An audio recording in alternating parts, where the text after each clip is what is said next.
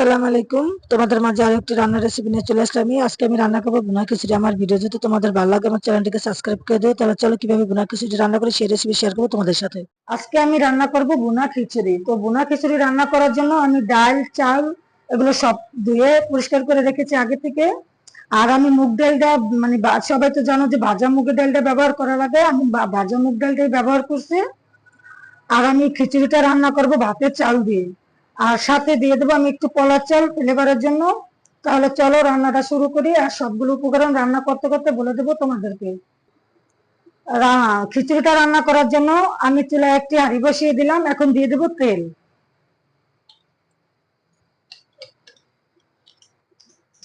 তেল দেওয়া হয়ে গেছে। এখন আমি এর ভিতরে দিয়ে দেবো 4টি এলাচ আর 3-4 টুকরা দারচিনি। এখন আমি দিয়ে দেবো পেঁয়াজ কুচি।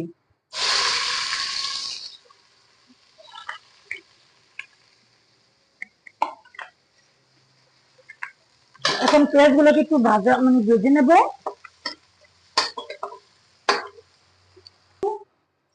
পেঁয়াজটা আমার ভাজা হয়ে গেছে, এর থেকে আর বেশি আমি পেঁয়াজটা ভাজবো না। এখন আমি এর ভিতরে দিয়ে দেব আদা বাটা। আমি 1.5 চা চামচ আদা বাটা দিয়ে দিলাম। দিয়ে দেব রসুন বাটা, চামচ ভর্তি করে 1 চামচ রসুন বাটা। আমি এর ভিতরে দিয়ে দেব 1 চা চামচ জিরার গুঁড়া। আমি দিয়ে দেব 1 চা চামচ ধনিয়ার গুঁড়া। যেহেতু খিচুড়িটা অনেকটাই বেশি, প্রায় 2 কেজি চালের খিচুড়ি রান্না করব আমি, এজন্য মশলাগুলো বেশি করে দিতে হবে। আর আমি দিয়ে দেবো এখন স্বাদ মতো লবণ। লবণ আমি দিয়ে দিলাম 2 চা চামচ। এখন আমি মশলাগুলোকে ভালো করে কষিয়ে নেব যতক্ষণ পর্যন্ত আদা রসুনের কাঁচা গন্ধটা আসে। প্রায় 1 মিনিটের মতো কষিয়ে নিতে হবে আর কি। আমার কষানো হয়ে গেছে। এখন এর ভিতরে দিয়ে দেবো আমি একটু পানি।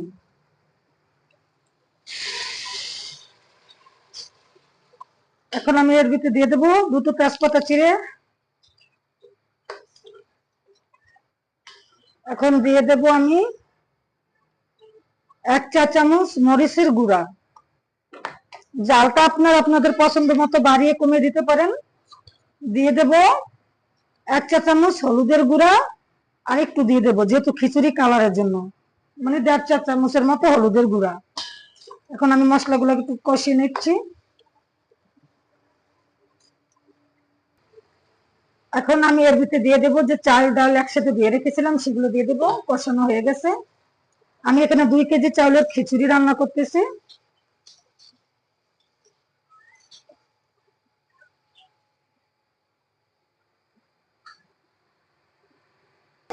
এখন চালগুলো দিয়ে আমি চালগুলো আমার কষানো হয়ে গেছে। এখন আমি পানি দিয়ে দেবো।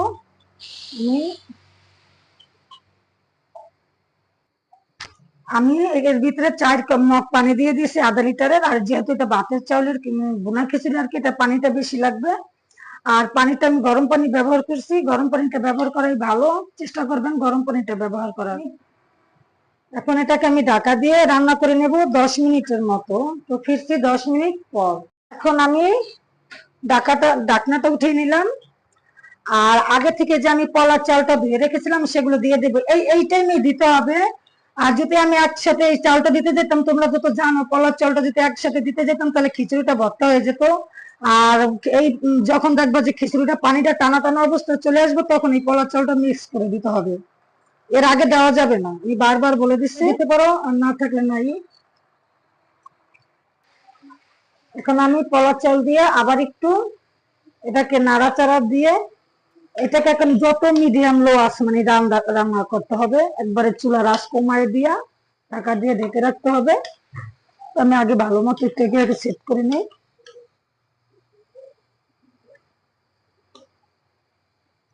এখন এটাকে আমি একবারে লো আঁচ করে ঢাকা দিয়ে এখন একবারে চুলার আঁচ একবারে কমিয়ে রান্না করব 10 মিনিটের জন্য। 10 মিনিট পর। তো দেখো খিচুড়ি হয়ে গেছে প্রায়। এই যে এইভাবে করে দিয়ে দেবো কাঁচামরিচ গুলো।